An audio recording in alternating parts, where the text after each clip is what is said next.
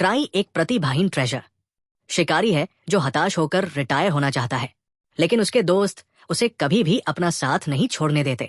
कहानी एक रेडहेड बच्चे से शुरू होती है जो अपने 5 फ्रेंड्स को बड़े होने पर ट्रेजर हंटर बनने के लिए प्रेरित करता है, क्योंकि वे ट्रेजर की खोज करने में सक्षम होंगे।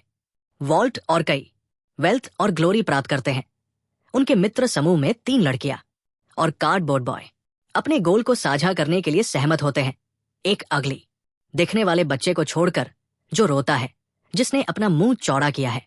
रेडहेड बच्चा जारी रख सकता है और सभी को बताता है कि अगर वे ऐसा करते हैं, ट्रेजर हंटर बने, वे दुनिया में सबसे अच्छे हीरोज बनने में सक्षम होंगे। बच्चे फिर पीछे देखते हैं और क्राई को बताते हैं कि एक दिन उन्हें सभी को रॉयल कैपिटल जाबिया का दौरा करना चाहिए। ये क्राई का एक फ्लैशबैक था जब वो एक बच्चा था।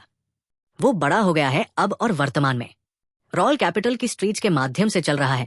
वो हमें समझाता है कि कैसे एक ट्रेजर हंटर बनने से किसी को इस दुनिया का हीरो बना दिया जाता है। ट्रेजर हंटर्स दुनिया भर में ट्रैवल करते हैं और ट्रेजर के वॉल्ट नामक रूइंस का पता लगाते हैं ताकि अंदर छिपे रिमेन्स को इकट्ठा किया जा सके। अपने लाइफ को रिस्क में डालकर लड़ते हुए मॉन्स्टर्स को फैंटोम के नाम से जाना जाता है।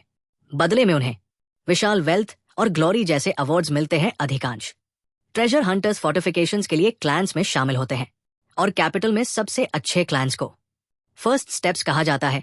क्राइम क्लैन की ओर बढ़ रहा है क्योंकि वे वर्तमान में पोटेंशियल नए मेंबर्स की भर्ती के लिए इंटरव्यूज कर रहे हैं। इस दुनिया में एक क्लैन पार्टीज का एक कलेक्शन है जो एक दूसरे के साथ मिलते हैं एक दूसरे की मदद करने के लिए। ये एक एडवेंचरस गिल्ड है। मूल रूप से इस दुनिया में अकेले हंटर केवल इतनी दूर तक जा सकते हैं और यही कारण है कि एक हंटर के लिए एक अच्छी पार्टी में शामिल होना महत्वपूर्ण है। दुर्भाग्य से क्राइम के लिए वो कई बार शामिल होने में फेल रहा है प्रॉपर पार्टी, और इसीलिए वो इंटरव्यू लेने के लिए यहां आया है। जब वो लाइन में इंतजार कर रहा है तो उसके पीछे वाली लड़की उससे पूछती है कि क्या वो यहां पार्टी की तलाश में है, और वो उससे अचानक सवाल पूछने के लिए माफी मांगती है और कहती है कि हर कोई बाकी लोग स्करी लग रहे थे, इसीलिए वो उसके पास आई। यस, सूजी क्लोक पहने एक लड़का जो अपना चेहरा छिपा रहा था निश्चित रूप से किसी भी तरह से डराने वाला नहीं लग रहा था। लड़की ने खुद को रडर रनबैक के रूप में पेश किया, एक हंटर जिसे अभी अभी लेवल 3 रैंक पर पदोन्नत किया गया था। उसने अपना हाथ आगे बढ़ाया, लेकिन क्राई अजीब तरह से अपना चेहरा दूर ले जाता है। हैंडशेक और खुद का इंट्रोडक्शन देना किसी ने नहीं पूछा, लेकिन रुदा क्राई से बताती है कि वो यहां क्यों आई थी। उसने व्हाइट वुल्फ डेन नामक एक ट्रेजर वॉल्ट को क्लियर करने के लिए स्ट्रगल किया था, और यही रीजन है कि वो एक पार्टी में शामिल होना चाहती है, क्योंकि इससे उसे इसे क्लियर करने की संभावना बढ़ जाएगी। हंटर उनकी बातचीत सुन लेता है और रूदा का मजाक उड़ाता है कि वह केवल 3rd लेवल पर रहते हुए भी व्हाइट वुल्फ डेन पर कब्जा करने की कोशिश कर रही है। उसके चेहरे पर एक बड़ी स्माइल के साथ वह आदमी उससे कहता है कि उसके जैसे एमेच्योर हंटर को पहले जैसे प्रेस्टिजियस क्लैन में शामिल होने का सपना भी नहीं देखना चाहिए। रुदा उसकी कमेंट्स को सीरियसली लेती है और उसे अपनी स्किल्स प्रूव करने के लिए एक फाइट में चैलेंज करती है, क्योंकि वे आर्ग्यू करते हैं। क्राई को हेडेक हो जाता है और वो धीरे धीरे दूर चला जाता है। रुदा उस आदमी से लड़ने के लिए अपने ट्रस्टेड नाइफ को बाहर निकालती है, लेकिन वहां मौजूद सिक्योरिटी गार्ड्स में से एक उन्हें ऐसा करने से रोकता है। इस केस को और आगे बढ़ाते हुए गार्ड ने दोनों हंटर्स को इंटरव्यू से तुरंत बाहर निकालने की धमकी दी। इसलिए रुदा ने खुद को शांत किया और अपना नाइफ वापस ले लिया, जिससे चीजें फिर से पीसफुल हो गई। क्राई को राहत मिली और ऐसा लगता है कि वो सिक्योरिटी गार्ड से अपना चेहरा छिपाने की कोशिश कर रहा है। गार्ड मिनट बाद में दोनों क्राई और रूदा क्लैन की बिल्डिंग में प्रवेश करती है, और रूदा विशेष रूप से ये देखकर ओवरवेल्म हो जाती है कि इंटरव्यू के लिए यहां कितने हंटर्स हैं। वह देखती है कि क्राई आश्चर्यचकित नहीं है, और इससे उसे लगता है कि उसने इस तरह के भीड़ भरे इंटरव्यूज लिए हैं इससे पहले कि क्राई उसे बताए कि यह इस इंटरव्यू में उसका 5वां टाइम है, और उसे पता चलता है कि वह हर बार क्लैन में शामिल होने में फेल रहा है। क्राई के अनुसार स्किल्स ही सब कुछ है, क्योंकि वे जल्दी से रैंक में बढ़ सकते हैं और खुद के लिए नाम बना सकते हैं, जबकि बिना टैलेंट वाले लोग उन कुछ अपॉर्चुनिटीज से चिपके रहते हैं जो उन्हें मिलते हैं। रूदा रिक्रूटमेंट में ये देखती है। सेक्शन में डिस्टेंस पर एक हंटर ग्रुप है जो बहुत शाइनी दिखता है। क्राई उन्हें शेप के रूप में पहचानता है ब्रेव ग्रुप। पहले स्टेप्स में सबसे स्ट्रॉन्गेस्ट ग्रुप है क्लैन। वे हाल ही में अपने ग्रुप में केवल 6 मेंबर्स के साथ एक लेवल 7 ट्रेजर वॉल्ट को क्लियर करने में कामयाब रहे। उन्हें इस रूप में जाना जाता है एलीट के एलीट और उनके लीडर। आर्क रोदेन है जो टिपिकल सोप एडवर्टाइजमेंट में एक प्रिंसेस की तरह चमक रहे हैं। क्राई से कहते हैं कि वो अपनी पार्टी में शामिल होने के लिए अपना बेस्ट दे, क्योंकि एक हंटर के रूप में उनकी सक्सेस की गारंटीड होगी यदि वो आर्क रोटेन द्वारा लीडरशिप की जाती है। एक प्रॉब्लम यह है कि आर्क ब्रेव पार्टी ने इन इंटरव्यूज के माध्यम से कभी भी एक नए मेंबर को एक्सेप्ट नहीं किया है, जिसका मतलब कि वे केवल दिखावे के लिए यहाँ। रूदा को पता चलता है कि इस पार्टी में शामिल होने की उसकी संभावना 0 है, इसलिए वो दूसरी तरफ देखती है और देखती है कि पीछे एक डेक है और उनकी टेबल पर केवल एक एम्प्टी चेयर है। ग्रेग के सामने वाला लड़का एक बार फिर उनकी बातचीत सुन लेता है और रूदा का एक बार फिर मजाक उड़ाने के लिए आता है, क्योंकि वो नहीं जानता कि खाली डेस्क क्या दर्शाती है। वो समझाता है कि वो मेज उस पार्टी की है जिसने मूल रूप से ग्रीवर के रूप में जाना जाने वाला पहला कदम स्थापित किया था। ग्रीवर एक बार यूथ की एक पार्टी थी जो कुछ साल पहले इस कैपिटल में आई थी। जो राजधानी में अपनी चमकदार टैलेंट के साथ प्रसिद्धि पाने वाले इस दल का पूरा नाम दी ग्रीविंग सोल्स है। और इस दल के सभी मेंबर्स बचपन के दोस्त हैं, जिन्हें हमने इस वीडियो की शुरुआत में हंट बनने का सपना देखते हुए देखा था। जाहिर तौर पर यह पहली बार है वर्षों से वे नए मेंबर्स को एक्सेप्ट कर रहे हैं, और यही एकमात्र कारण है कि हंड्रेड्स एप्लीकेंट्स साक्षात्कार के लिए यहाँ एकत्र हुए हैं। यहाँ तक कि सोलो हंटर जो पार्टीज में शामिल होने के खिलाफ है, वे भी दी ग्रीविंग सोल्स में शामिल होने की एकमात्र उम्मीद के साथ यहाँ एकत्र हुए हैं। लेकिन ऐसा नहीं लगता है कि दी ग्रीविंग सोल्स किसी को भी भर्ती कर लेंगे, क्योंकि उनके डेस्क पर ऐसा कोई नहीं है। साक्षात्कार में एक लाल बालों वाला असिस्टेंट पात्र अचानक चिल्लाना शुरू कर देता है और कहता है कि वो मेन कैरेक्टर बनेगा। लेकिन हम सभी जानते हैं कि ऐसा कभी नहीं होने वाला है।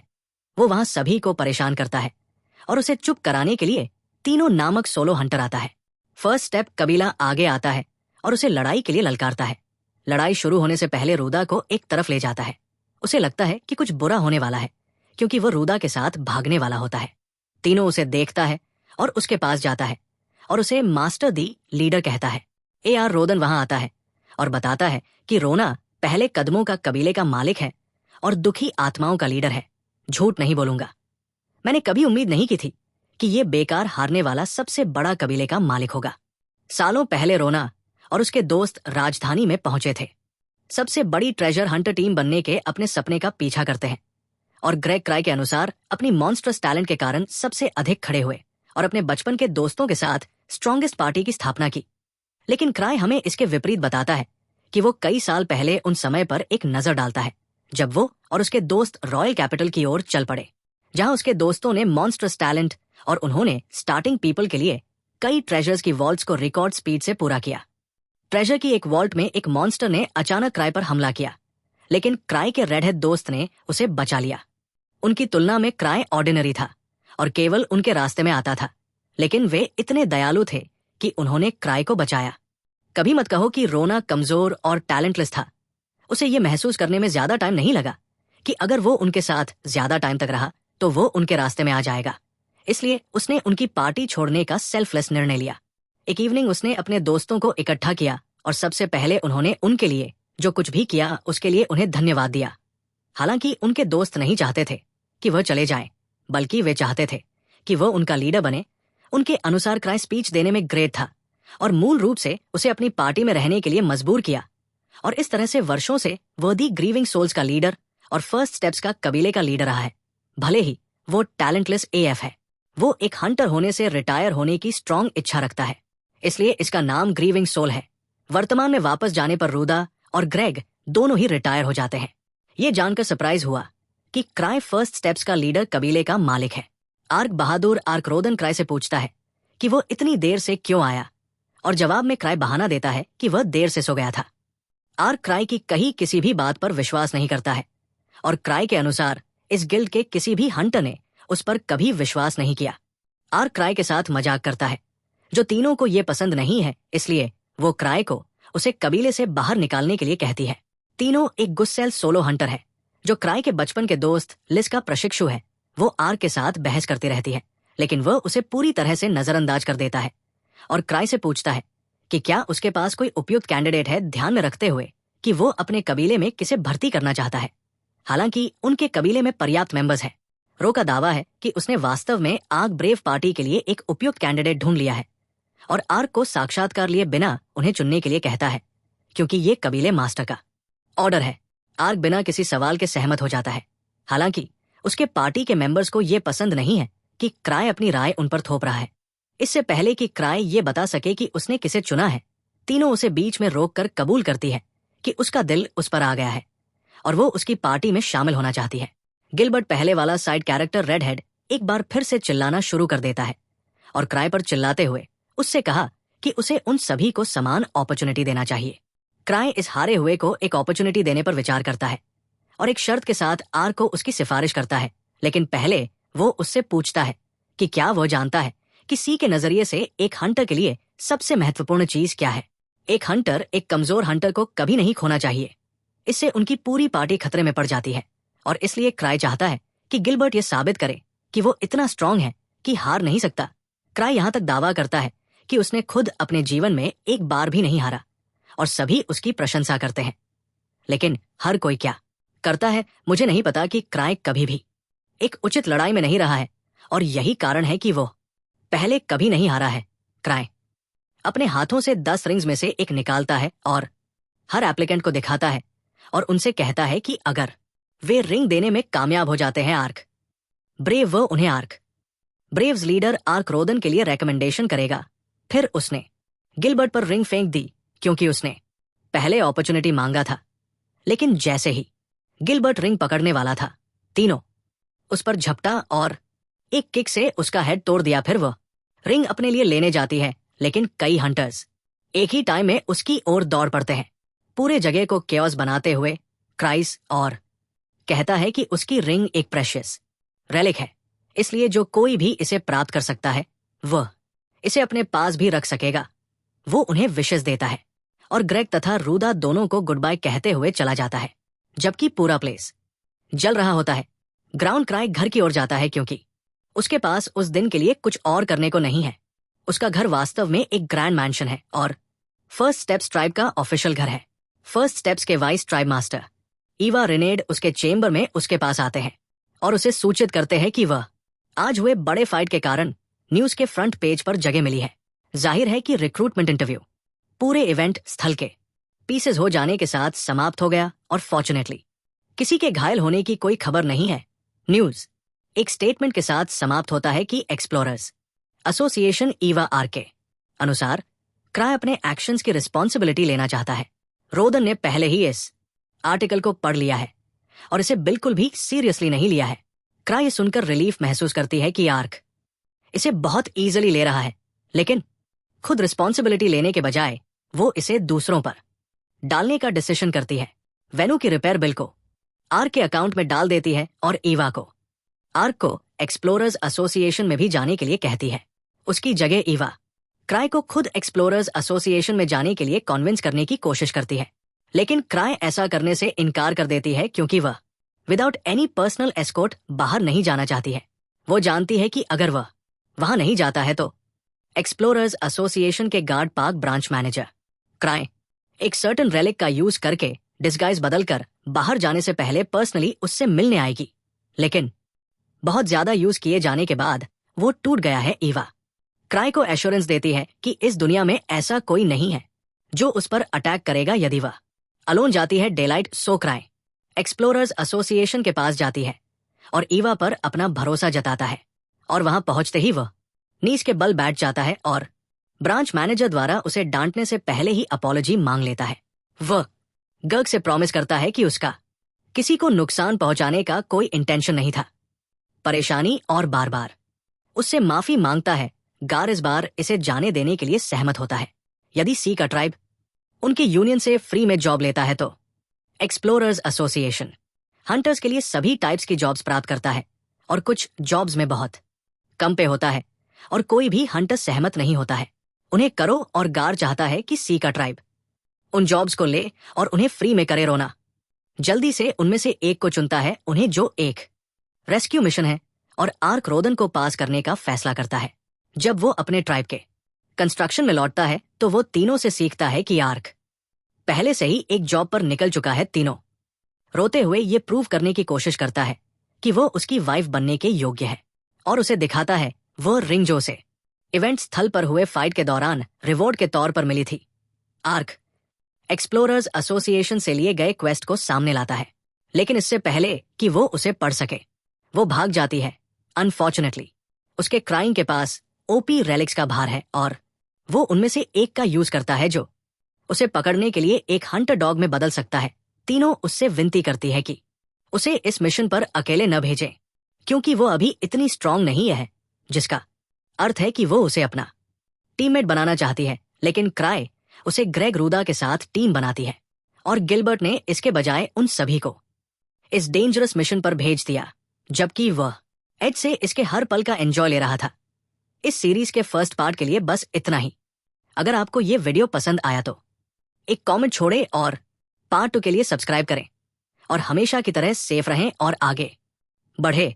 केयर बाय हारुका हमारे जैसा एक हाई स्कूल का लोनली स्टूडेंट है जो खुद को वहां पहुंचा हुआ पाता है एक और दुनिया जिसमें सबसे वर्स्ट पॉसिबल स्किल्स हैं और उसे अलोन सर्वाइव करने के लिए मजबूर किया जाता है। इस मैजिकल वर्ल्ड के जंगल में नॉटी गोस्ट्स का एक ग्रुप अपने स्वयं के बिजनेस पर ध्यान दे रहा है, एक लाइवली बारबेक्यू का एंजॉय ले रहा है और ओपन फायर पर पिग रोस्ट कर रहा है। उनके लिए अनजान है हरका शैडो में दुबका हुआ है, बुशेस के पीछे छिपकर उनका फूड चुराने के लिए परफेक्ट मौका की प्रतीक्षा कर रहा था। हालांकि वो एक केयरलेस मिस्टेक कर देता है और गलती से एक ब्रांच पर पैर रख देता है, जिससे एक लाउड साउंड होती है जो तुरंत गॉब्लिन्स को शॉक देती है और गॉब्लिन्स साउंड के सोर्स की ओर भागते हैं, जबकि हारुका अपोजिट डायरेक्शन में भागता है। जैसे ही वे करीब आते हैं वो सडनली हवा में जंप लगाता है और जब गॉब्लिन उसी प्लेस पर पहुंचते हैं तो वे एक हिडन पिट में कूद जाते हैं। ये पता चलता है कि पूरा सेटअप एक ट्रैप था जिसे उन्हें पकड़ने के लिए एक बैकअप स्ट्रैटेजी के रूप में केयरफुली प्लान किया गया था। वो अपना रोब हटाता है और प्रवेश करता है। वो खुद को हमारे सामने ये समझाता है कि वह एक नॉर्मल पर्सन है जिसे इस इजी कई वर्ल्ड में ले जाया गया है। वो उस दिन को याद करता है जब ये घटना हुई थी। उस दिन की बात करें तो हारुका को अपनी क्लास में अकेले ही मंगा पढ़ते हुए देखा गया था। वो बिल्कुल अकेला है, उसका कोई फ्रेंड नहीं है और दावा है कि ये उसका अपना डिसीजन है कि वो अपने क्लासमेट्स के साथ नहीं घूमेगा। शुद्ध कॉपी पर ब्रदर्स। वैसे भी उसकी क्लास में कई ग्रुप्स हैं और उनमें से कुछ अपराधी लड़कियों का ग्रुप है जो खुद को बहुत अधिक मानती है क्योंकि वे गर्म है। Gym brothers nerd, class representative और अंत में सामान्य लोग। क्योंकि हारुका एक पूर्ण नत्या फूल है, वो स्वयं को किसी भी ग्रुप में फिट नहीं समझता है और इसीलिए वो अकेले रहना पसंद करता है। कम से कम वह तो यही क्लेम करता है, जबकि सभी लोग बाहर घूम रहे होते हैं। लंच के दौरान हारुका अकेले इस दुनिया में पैदा होने पर रिग्रेट कर रहा है। अचानक नीचे से एक ब्राइट लाइट पूरे क्लास को रोशन करता है, जिससे सभी स्टूडेंट्स घबरा जाते हैं। हालांकि हारुका सरप्राइजिंगली शांत है जब वो देखता है कि ब्राइट लाइट एक से आ रहा है जो एक जैसा दिखता है। Magical circle. वह इसकी तुलना उस ऑब्जेक्ट से करता है जो बिल्कुल उस मंगा में दिखती है, जिसे वह एक प्राउड वेव के रूप में पढ़ रहा है। वो एक मोमेंट के लिए एक्साइटेड हो जाता है, इससे पहले कि उसे एहसास हो कि दूसरी दुनिया में जाना काफी कष्टप्रद होगा। इसलिए वो क्लास से बाहर निकलने की कोशिश करता है, लेकिन सक्सेसफुल नहीं होता। वह कितनी भी कोशिश कर ले, वो बाहर का डोर खोलने में असफल रहता है। वो डोर को किक मारकर और फिर उस पर चेयर फेंक कर उसे तोड़ने की कोशिश करता है। हालांकि कुछ भी काम नहीं करता है और उसके पास भागने के लिए टाइम नहीं बचता है। लास्ट रिसोर्ट के रूप में वह वेंट के माध्यम से छत में प्रवेश करता है और टेक्निकली क्लास से एस्केप कर जाता है। हालांकि मैजिकल सर्कल फिर भी वो उसके पास पहुंचता है और उसे एक व्हाइट रूम में ले जाता है जहां कुछ भी नहीं है। हारुका को उम्मीद है कि एक फैट किंग या एक ब्यूटीफुल प्रिंसेस उसका वेलकम करेगी, लेकिन दूरी पर केवल एक होमलेस दिखने वाला बूढ़ा आदमी है। जब बूढ़ा आदमी हारुका को देखता है तो वो घबराहट में उसकी ओर दौड़ता है और पूछता है बूढ़े आदमी के अनुसार वो इतने टाइम के बाद यहाँ क्या कर रहा है। हारुका के क्लासमेट्स पहले ही वेलकम प्रोसेस से गुजर चुके हैं और ईआई वर्ल्ड के लिए रवाना हो चुके हैं। जाहिर है कि ये होमलेस बूढ़ा आदमी इस दुनिया का गॉड है और वो हारुका को धोखा देने वालों की एक लिस्ट पेश करता है। चूज करने के लिए स्किल्स। हालांकि एक छोटी सी समस्या है, इस लिस्ट में स्किल्स केवल एक बार लिया जा सकता है और चूंकि हारुका के सभी क्लासमेट्स ने लिस्ट से गुजर चुके हैं, उन्होंने पहले से ही अच्छे स्किल्स ले लिए हैं। ये देखने के बाद हारुका को केवल घटिया स्किल से चुनने के लिए छोड़ दिया गया है। कोई भी स्किल हारुका के लायक नहीं है तो लेता है। इक्विपमेंट लिस्ट पर एक नजर डालने पर उसे पता चलता है कि बरसकर सेट में उनमें से हर एक ले लिया गया है, सिवाय विलेजर सेट के। इस लिस्ट में कॉन्टैक्ट लेंस की एक जोड़ी भी है और दोनों ही यूजलेस है। इसलिए हारुका बाई और स्वाइप करता है और देखता है मार्शल आर्ट सेट पर, जहां केवल एक स्टिक बची है। उसे आश्चर्य हो रहा है कि वो इस दुनिया के मॉन्स्टर्स को केवल एक स्टिक से कैसे हरा सकता है। उसे कम से कम एक स्वॉर्ड या स्पेयर चाहिए, लेकिन वहां कुछ भी बचा नहीं है। ठीक है, ये उसका ब्राइट था, है ना? सीलिंग के अंदर छिपने का विचार, जिसके कारण उसे बहुत बाद में बुलाया गया ताकि वह किसी और को दोष न दे सके, इसलिए वो फिर से स्किल्स सेक्शन में वापस जाता है। जो बचा हुआ है उससे सिलेक्शन करता है और पाता है कि वहां केवल वेलफेयर, कैलिस्थेनिक्स और वॉकिंग ही है जो वो कर सकता है। उसे विश्वास नहीं होता कि वॉकिंग भी एक स्किल माना जाता है और वो अपने गुस्से को बाहर निकालने के लिए जोर से चिल्लाता है। वो मैजिक सेक्शन पर एक नजर डालता है और देखता है कि सरप्राइज की बात नहीं है कि मैजिक के टाइप्स जैसे कि healing, flame, electricity, fire, darkness आदि सभी ले लिए गए हैं। केवल वही बचे हैं, element, boost, death, temperature, weight और पैकिंग मूवमेंट है। और हारुका को पता नहीं है कि उनमें से कोई भी वहां क्या करता है। ये एक स्पेशल स्किल है जिसे कंपनी कम्युनिकेटर कहा जाता है, जिसका कोई मतलब नहीं है क्योंकि नेम से ये स्किल केवल टाइटल सेक्शन में एक ऑफिस वर्कर के लिए उपयुक्त लगता है। केवल वही बचे हैं जो बंद हैं और जिनकी जरूरत है। ये सभी स्किल्स है लिस्ट, और हारुका उनमें से किसी को भी पसंद नहीं करता है। इसलिए वो बूढ़े आदमी के साथ बात करने के लिए वापस जाता है और ये जानने की मांग करता है कि क्या वो इन घटिया स्किल्स के साथ पहले शहर से गुजर भी पाएगा। वो बूढ़े आदमी से उसे एक बेटर लिस्ट देने के लिए विनती करता है, लेकिन वहां बूढ़ा आदमी कुछ नहीं कर सकता। इसलिए कॉम्पेंसेशन के तौर पर बूढ़ा आदमी हारुका को लिस्ट में बचे सभी स्किल्स देता है और उसे इस दुनिया के एक जंगल में भेज देता है। जंगल के बीच में खड़े होकर हारुका सारी उम्मीद खो देता है। हारुका को उम्मीद थी कि बूढ़ा आदमी कम से कम उस पर किसी प्रकार की दया तो दिखाई जाती और उसे किसी टाउन या विलेज में भेज दिया जाता। हारुका अब मॉन्स्टर से भरे एक अननोन जंगल में है। वो चारों ओर देखता है और अपने सामने जमीन पर एक बैग पाता है। हारुका बैग उठा लेता है, ये मानते हुए कि अंदर विलेजर सेट है जो इक्विपमेंट लिस्ट में था। वो सामान्य से कुछ भी अलग नहीं होने की उम्मीद करता है। वो इसे खोलता है बैग और सीखता है कि ये अनलिमिटेड आइटम्स को रख सकता है, जिससे ये उसके किसी भी घटिया स्किल से अधिक यूजफुल हो जाता है। लिस्ट से प्राप्त प्रत्येक आइटम इसके अंदर संग्रहित है, जिसमें एक क्लोक, लेदर शूज की एक जोड़ी, कॉन्टैक्ट लेंस, एक वुडन स्टिक, अंगूठी और एक गहना हुक्का। लबादा निकालता है और इसे पहनता है और खुश होता है कि ये उसे सूट करता है। फिर वह अपने आंकड़ों को देखने के लिए सिस्टम मेन्यू खोलता है, लेकिन सिस्टम उसे बाधित करता है और उसे बताता है कि उसे पहले एक पासा रोल करना होगा। ये मैसेज देखकर हारुको को याद आता है कि एक था रोलिंग डाइस नामक एक सर्टेन रूल, जिसमें यदि यूजर ने एक रोल किया, एग्जाम्पल के लिए, उसके चुने हुए स्टेट को एक अंक अलॉट किया जाएगा। इसलिए हारुको पासा फेंकता है और एक डबल एम हिट करता है। उसे कोई क्लू नहीं है कि एम का क्या मतलब है और मानता है कि इसका मतलब माइनस है, क्योंकि वह आज सबसे वर्स्ट किस्मत से पीड़ित होने के बावजूद भी वह सब कुछ अपनी लक पर छोड़ देता है। फिर स्टेटस मेन्यू खुलता है और दिखाता है कि उसके सभी स्टैट्स जैसे एचपी, एमपी, स्ट्रेंथ, स्पीड और प्रोफिशिएंसी केवल लक के एक्सेप्शन के साथ 10 पॉइंट्स पर सेट है, जो कि है मैक्सिमम पॉइंट्स पर सेट करे, ये देखते हुए कि उसका भाग्य स्किल बंद है। चार्ट हारुका को पता चलता है कि पासा में एम मैक्स के लिए खड़ा था। वह अपने स्वयं के स्किल को देखता है और देखता है कि उसके पास एक एक्स्ट्रा स्किल है जिसे सब्जुगेट कहा जाता है, जो केवल एक आदमी जो पार्टी में नहीं है का यूज कर सकता है। इससे यूजर मॉन्स्टर्स को अपने पीछे चलने की परमिशन देता है। ऑर्डर, चूंकि हारुका एक ट्रू लोनर है, वो इसका यूज कर सकता है। अब जबकि ऑब्जर्वेशन हो चुका है, हारुका कुछ फूड खोजने और अपने लिए रहने का स्थान बनाने के इनिशियल गोल के साथ आगे बढ़ना शुरू करता है। क्योंकि हारुको कॉन्टैक्ट लेंस पहनता है, उसे पता चलता है कि ये उसे इवैल्यूएट करने की परमिशन देता है। वो अपने आसपास की सभी प्रकार की चीजों का इवैल्यूएट करता है और पास में फूड मशरूम्स का एक बंच पाता है। क्योंकि उसके अन्य डायमेंशनल बैग में अनलिमिटेड स्टोरेज है, वह उन सभी को अंदर रखता है और फिर पास की नदी से पानी कलेक्ट करने के लिए आगे बढ़ता है। हारुका देखता है कि वहां एक केव है डिस्टेंस में, इसलिए वह ये जानते हुए भी कि उसके बैग के अंदर मॉन्स्टर्स हो सकते हैं, इसका पता लगाने जाता है। हारुका को एक मैजिकल लैंटर्न और एक मैजिकल टेंट मिलता है, इसलिए वो वहां कैंप स्थापित करता है और अपने टेम्परेचर मैजिक का यूज करके एक कैंप फायर को जलाता है। ये देखकर कि चीजें बहुत अच्छी चल रही है, वो सोचने लगता है कि बची हुई स्किल्स भी यूजफुल है और साथ ही अपने स्टार्टिंग स्टेटमेंट को वापस ले लेता है, गोइंग टू स्लीप। हारुका अपने स्टेटस मेन्यू को फिर से चेक करता है और पाता है कि उसका टेम्परेचर स्किल बढ़ गया है और उसने फायर मैजिक को अनलॉक कर लिया है। वाओ, समहाउ हीरो के लिए सब कुछ ठीक काम कर रहा है। क्या ये बहुत कन्वीनियंट नहीं है? सेकंड वर्ल्ड में अलोन सुबह उठता है, रिलीव्ड फीलिंग करते हुए कि किसी मॉन्स्टर ने उस पर अटैक नहीं किया। हेरा की ऑब्जेक्ट मैजिकल लैंटर्न में एक बोनस इफेक्ट था जो मॉन्स्टर्स को पीछे हटाता था, इसलिए शायद यही रीजन है कि रात में उसके पास कुछ भी नहीं आया। हेरा का पेट ग्राउल करना शुरू कर देता है, इसलिए वो फायर पर एक पैन रखता है ताकि वो खा सके।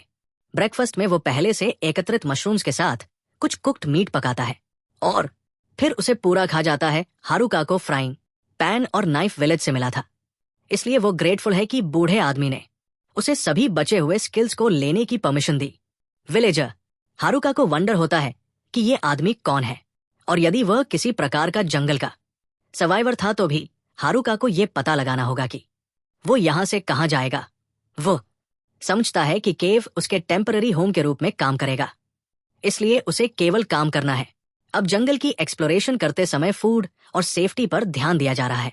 हारुका कुछ मशरूम्स कलेक्ट करता है जो कहीं से भी इंजरी होने की कंडीशन में एंड्योरेंस और कुछ मेडिसिनल हर्ब्स को फिर से भर देते हैं। हारुका के इवैल्यूएशन स्किल ने पास में 2 गॉब्लिन्स का पता लगाया है जो क्राइटेरिया के अनुसार सबसे वीक मॉब होने चाहिए। हालांकि उनके स्टैट्स को देखते हुए वे हारुका की तुलना में मोर स्ट्रांग हैं। हारुका जानती है कि इवेंचुअली उसे इस जंगल के मॉन्स्टर से फाइट करना होगा, इसलिए वो नाउ ऐसा करने का डिसाइड करता है। वह अपनी मैजिकल एनर्जी में से कुछ को अपनी रिलायबल स्टाफ में भरता है और पहले गोस्ट के हेड पर स्ट्राइक करता है, जबकि दूसरा गोस्ट बचा रहता है। हारुका उसे एक हॉट शॉक से दूर कर देता है।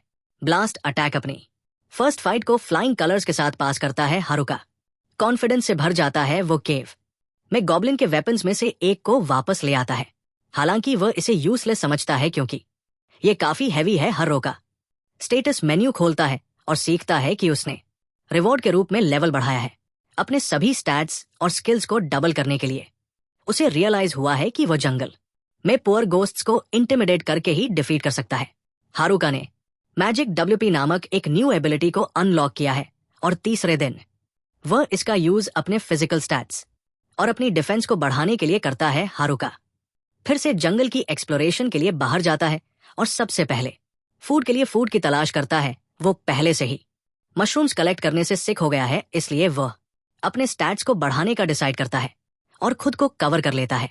शिकार पर निकलने से पहले मैजिकल कवरिंग के साथ इंक्रीज्ड मोबिलिटी और फिजिकल स्ट्रेंथ के साथ HCA फास्ट स्पीड से जंगल में दौड़ता है और बुशेस के पीछे 2 गोस्ट्स काश करता है। इससे पहले कि वे कुछ समझ पाते हैं, रुका इतना कॉन्फिडेंट हो जाता है कि वह एक साथ 3 गोस्ट से फाइट करने का डिसाइड करता है। इस बार वो उनकी मैस्कुलिनिटी से डर जाता है और इसलिए वहां से साइलेंटली निकल जाता है और एक साथ 2 से अधिक एनिमीज से मुकाबला करने से पहले अपने स्टैट्स को और बेटर करने का डिसीजन लेता है। उसके बाद हारुका हर दिन गोस्ट्स कश करता है और रात में अपने मैजिक में इंप्रूवमेंट करता है। 5वें दिन हारुका पावरफुल हो जाता है।